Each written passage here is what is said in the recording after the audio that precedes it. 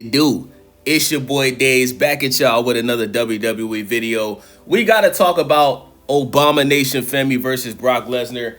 I think that this is going to be the biggest match at WrestleMania 42, and I think that this fight should be the main event.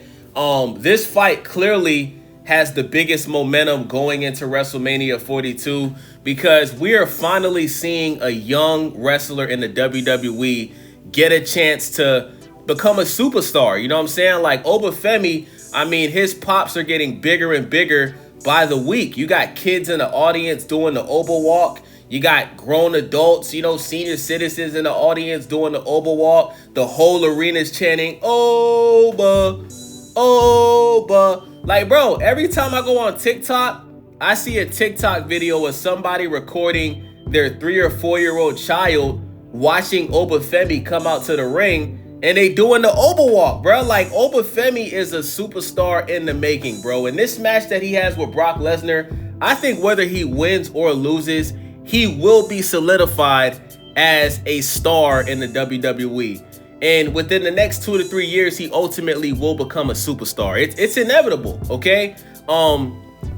And this is what happens when you give young superstars an opportunity to shine. I told you guys, Trick Williams should have been the one to win the Elimination Chamber. The fact that Trick Williams got eliminated by Logan Shaggy from Scooby-Doo Paul, it's a disgrace because Trick Williams, he gets a bigger pop than Oba Femi does. Like, Trick Williams is getting bigger pops than Randy Orton and Cody Rhodes and Brock Lesnar. Like, Trick Williams to me is already a star. He just needs that one match with that superstar that he needs to beat to solidify him as a superstar. But guys, Trick Williams has literally already proven he's a star. I mean, when they were having matches overseas in the European countries, bro, Trick Williams was getting big pops overseas. And we all know that the people overseas, right, they got a bad reputation of booing specific wrestlers, right? Like, we seen what they did to Lash Legend. We seen what they did to Bianca Belair last year. We seen what they did to Jade Cargill. But they didn't boo Trick Williams. They cheered for Trick Williams. You know what I'm saying? So I hate the fact that it's looking like Trick Williams is going to be fighting Sami Lame instead of, him getting a title shot. Because if Trick would have won that Elimination Chamber and we would have gotten Trick Williams versus Cody Rhodes, I think that would have been a great way of Cody Rhodes, who's 40 years old, passing the torch to the young guy and giving him an opportunity to shine, right? But on a positive note, Trick Williams does still have a lot of time to get matches like that. But I'm just a strong believer, guys. I believe when somebody has the momentum, when somebody is, over, when somebody's already over with the crowd, I'm a believer in putting them to the moon, putting them to the stars. Like, I'm not a believer in waiting and continuing to build somebody that's already over. Because what happens is you have a situation like what happened with Jey Uso. You guys remember how everybody loved Jey Uso? Everybody was yeeting, right? We all was happy when Jey Uso won the Royal Rumble. And then Jey Uso made Gunther tap. And after that, it's just like the whole yeet thing got stale. Jey Uso started giving bad promos on the mic. Jey Uso was yeeting for 30 minutes straight to where he would gas out during matches and botch all over the place.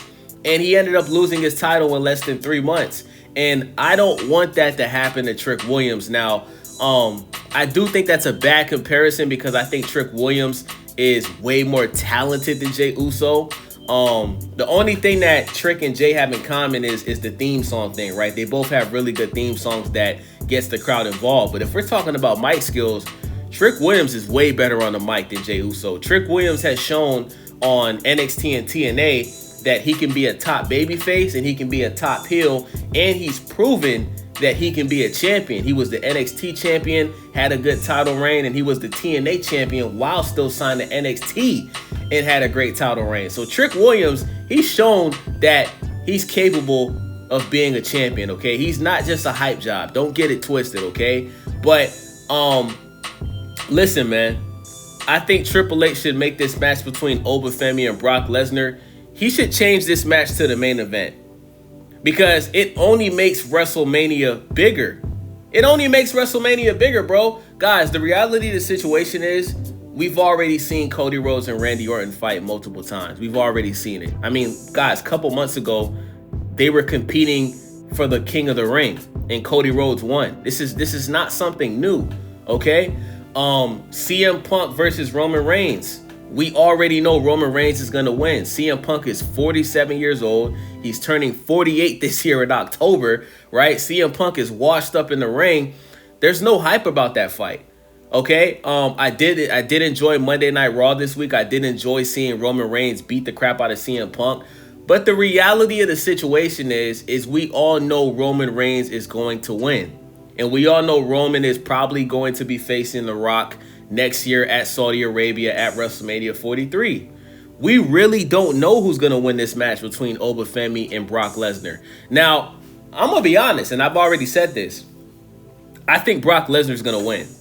The fact that Oba Femi has gotten the best of Brock Lesnar for 2 weeks in a row, unless for the next, because guys, like next week, it'll officially be 3 weeks away from WrestleMania.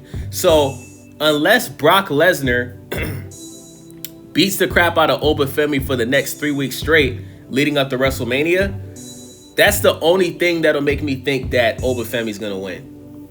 But we've already heard the rumors. Brock Lesnar has made it clear to Triple H and the creative team that he does not want to lose any matches until his final match at SummerSlam. Okay? So, I think either Brock Lesnar is going to win or Gunther is going to interrupt this match and cause this match to end in disqualification. And we are going to see a scenario where we end up getting a triple threat match between Oba, Gunther, and Brock. And I think Oba and Gunther are going to compete with each other to become the final opponent for Brock Lesnar that will ultimately beat him and retire him at SummerSlam. So with that being said, it's your boy Daze. Thank you guys for watching. Make sure y'all subscribe. Make sure y'all hit that thumbs up button. Make sure y'all click that hype button for your boy. It's your boy Daze. I'm out.